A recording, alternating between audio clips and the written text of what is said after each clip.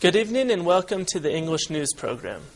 NTV wants to help you understand the major news events of the past week by providing them in English. My name is Danny Wolf.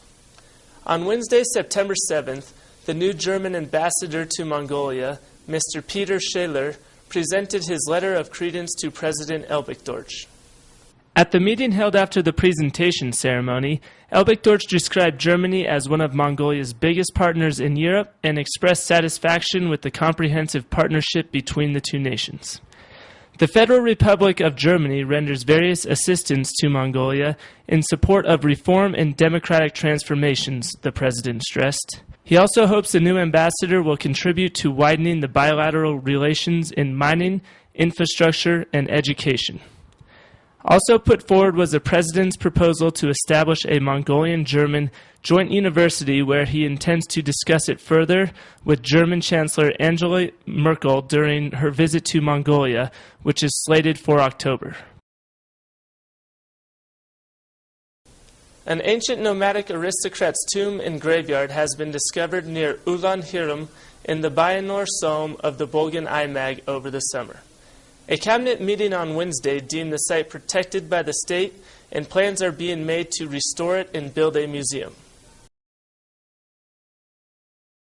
The rare archaeological findings were discovered by a joint research crew of the Mongolian History Institute of Academy of Sciences and the Institute for Turkish Altai Studies of the Euro-Asian University in Kazakhstan.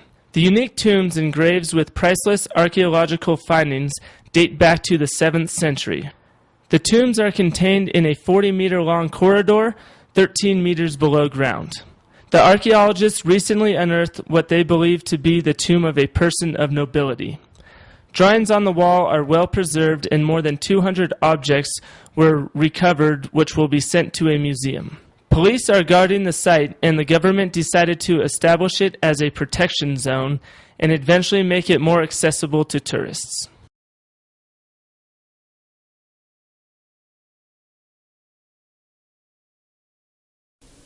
The 10th International Congress on AIDS in Asia and the Pacific opened on August 26th in Busan, South Korea. 14 Mongolian delegates participated in the international meeting. The event, which is held every 2 years, is hosted by the Joint United Nations Program on HIV/AIDS and the AIDS Society of Asia and the Pacific. Several thousand participants from more than 55 countries were expected to gather in Busan. Delegates engaged on a wide range of issues and circumstances for the HIV epidemic in the Asia-Pacific region.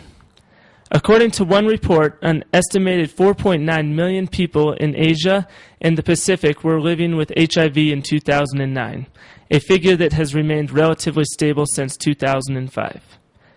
More than 60% of these people are still unable to access treatment. During the event, delegates criticized the measures being taken in the region as being inefficient. The Congress addressed Mongolia to take appropriate actions to prevent further infections. NBA All-Star Dwight Howard of the Orlando Magic arrived in Mongolia last Wednesday. His visit to Mongolia comes from an invitation from the Newcon Group and the Mobicom Corporation. On the first day of his visit, he went to the B Brand House near the Teddy Center and greeted Mongolian fans in Mongolian language. Then, during the news conference, he said he was happy to visit Mongolia and to be the first NBA player ever to come to Mongolia. After the press conference, Dwight Howard presented signed posters and basketballs to children and took a group photo. On Thursdays, he gave interviews on Education TV and the Sport Box TV channel. The same day, he attended the Basketball All-Star Game of the Mongolian Basketball Federation. His visit included other humanitarian activities and concluded on Friday.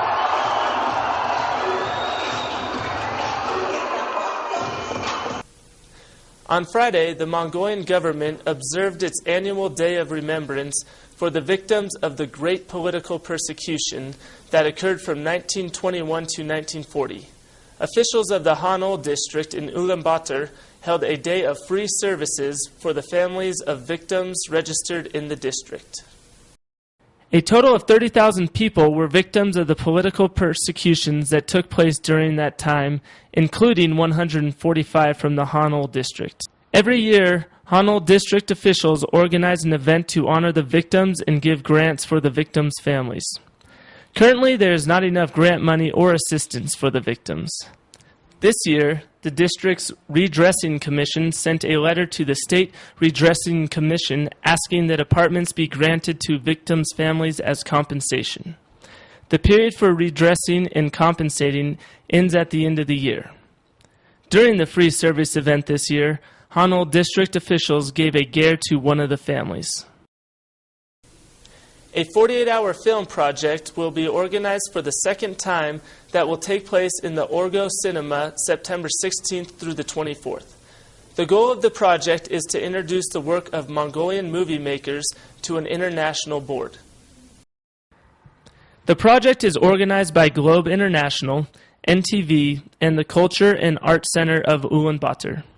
The purpose of the project is to write a film script, select actors, shoot the film, and put together sound and montage all within 48 hours, thus making a 4 to 7 minute short film.